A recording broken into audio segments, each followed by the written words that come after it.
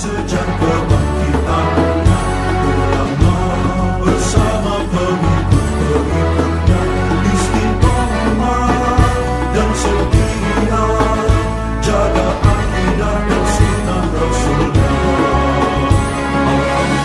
Alhamdulillah segala puji baginya, ulama bersama pengikut-pengikutnya istiqomah dan setia, menjaga agama manusia dan bangsa. Mari kuatkan niat kita, kita bulatkan tekad kita, terus lanjutkan amal kita, mengembangkan hikmah kita. Assalamualaikum warahmatullahi wabarakatuh. Al-Fatihah.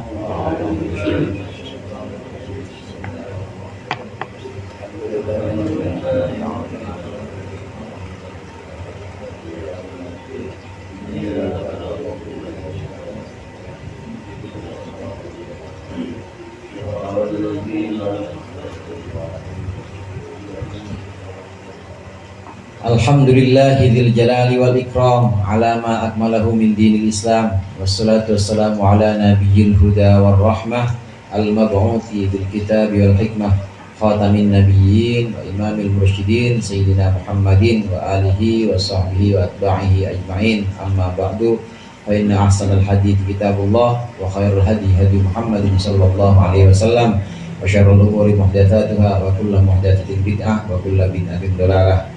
Segenap jamaah majelis Al-Halaqatul Munfarijah, para ustaz, para guru, hadirin sekalian yang berbahagia. Sebagaimana biasa, sebelum kita mulai zikir, mari sama-sama kita lanjutkan pengajian kitab Mau'izatul Mu'minin, Khulasoh dari Ihya Ulumuddin.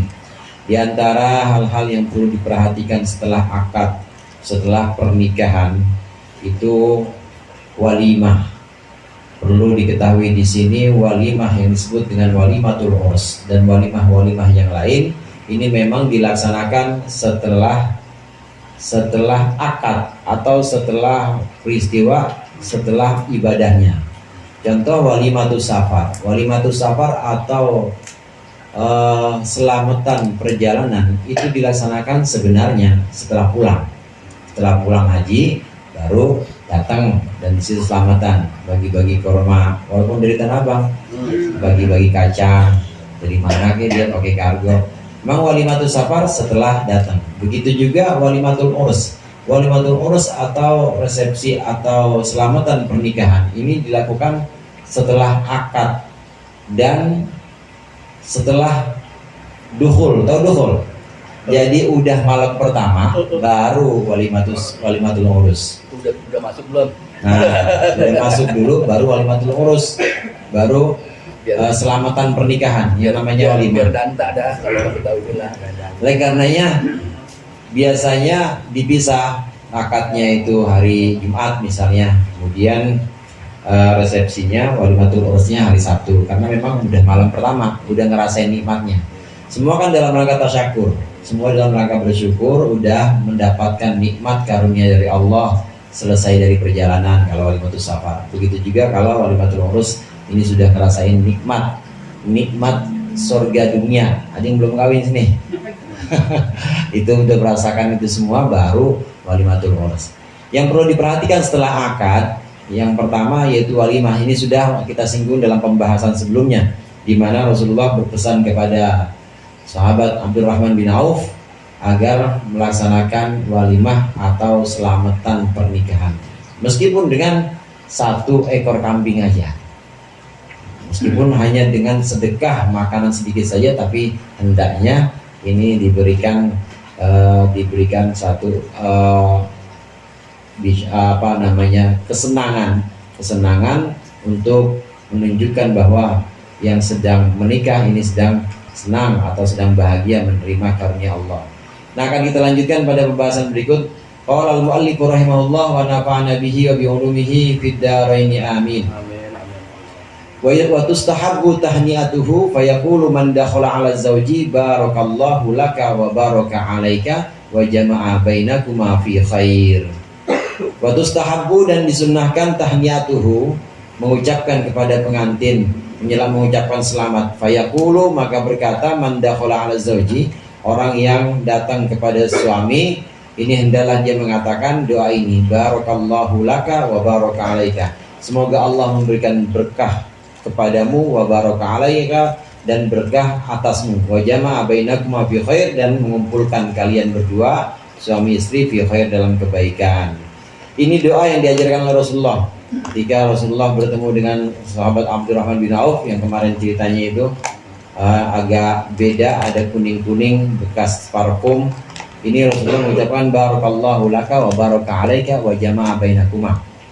Barakallahu laka, semoga Allah memberikan berkah, pakai huruf jar lam di sini. Ini maksudnya semoga Allah memberikan keberkahan dunia. Barakallahu laka itu keberkahan dunia.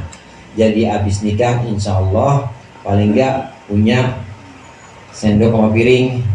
Bujangan kan nggak punya sendok sama piring, buat ngumpulin rumah, boro-boro buat beli rumah, buat beli piring aja nggak punya. Nah ini bisa berkah dunia, punya rumah, punya mobil, dan lain sebagainya. Barakallahu laka.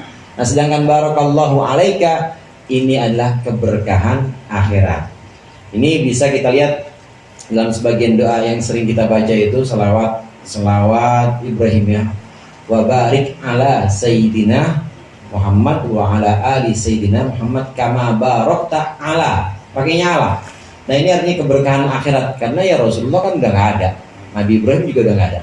Nah tapi kalau barakallahu laka ini keberkahan dunia, artinya untuk dunia yang sekarang sedang dia hadapi, yang sekarang memang ada di depan matanya, ini semoga Allah berikan keberkahan dunianya semua.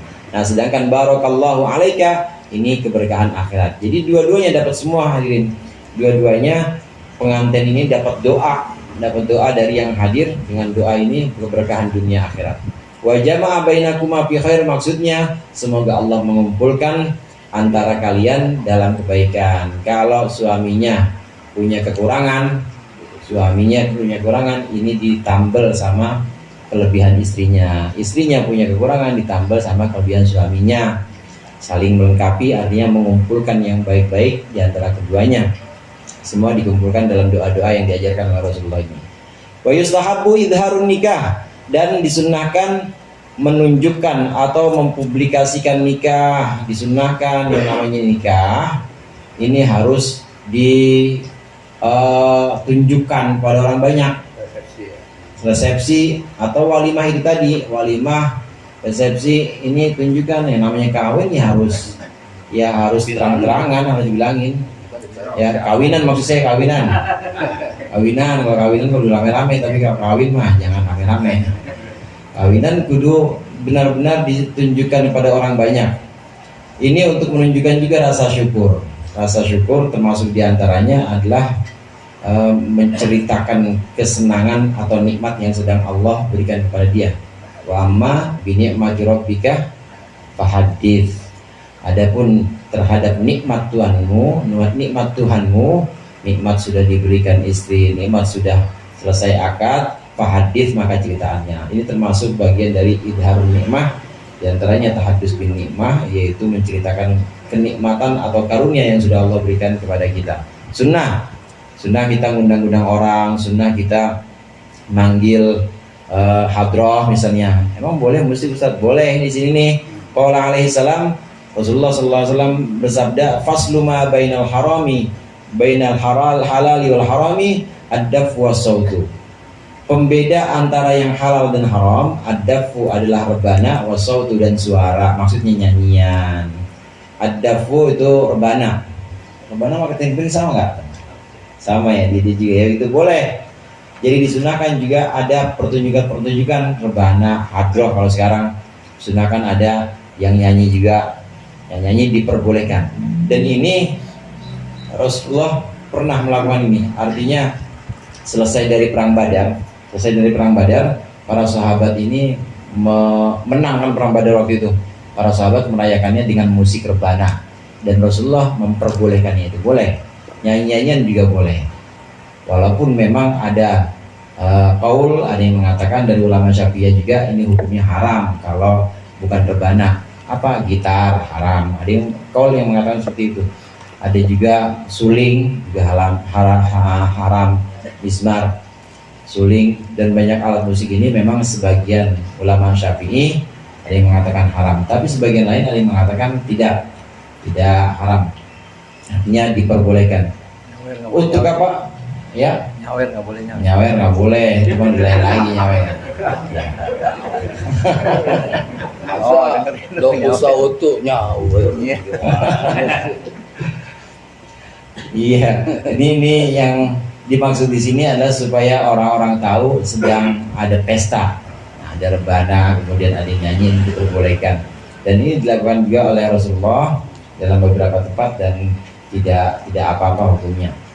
Ada memang beberapa pendapat ulama yang mengatakan haram, tapi di sini diperbolehkan dalam rangka menunjukkan senang atau kenikmatan dan karunia yang sudah dia terima dari Allah Subhanahu wa taala. Dan lagian saudara, inilah yang membedakan antara haram dengan halal. Artinya kalau orang memang benar-benar halal, artinya nikah nggak ngumpet-ngumpet, dan kalau nggak ngumpet-ngumpet umumin, ada musik segala macam. Iya. Tapi biasanya kalau nikah siri, oke yang begitu tuh. Ya, orang dia ada Takut. kalingan pon siri kali. Kalau nikah bawa kolong, kalau nikah bawa tangan tuh biasanya diem-diem tuh, nggak mau izharun nikah, nggak mau. Kenapa? Ya khawatir dia PNS bisa kena sanksi administrasi. Makanya yang diajarkan oleh Rasulullah ini faslu ma bainal halal wal haram adab wa sautu, yang membedakan antara yang halal dengan yang haram itu adalah rebana dan nyanyian-nyanyian. Kalau memang benar-benar halal, pasti orang itu mau, itu pengantin pasti mau diumumin dan mau orang-orang pada tahu. Tapi kalau haram itu pasti nggak mau, takut dia orang-orang pada tahu. Ini untuk menunjukkan bahwa yang sudah ditempuh pernikahan, maksudnya di sini adalah pernikahan yang memang halal, pernikahan yang sah. Wallahu a'lam bishawab.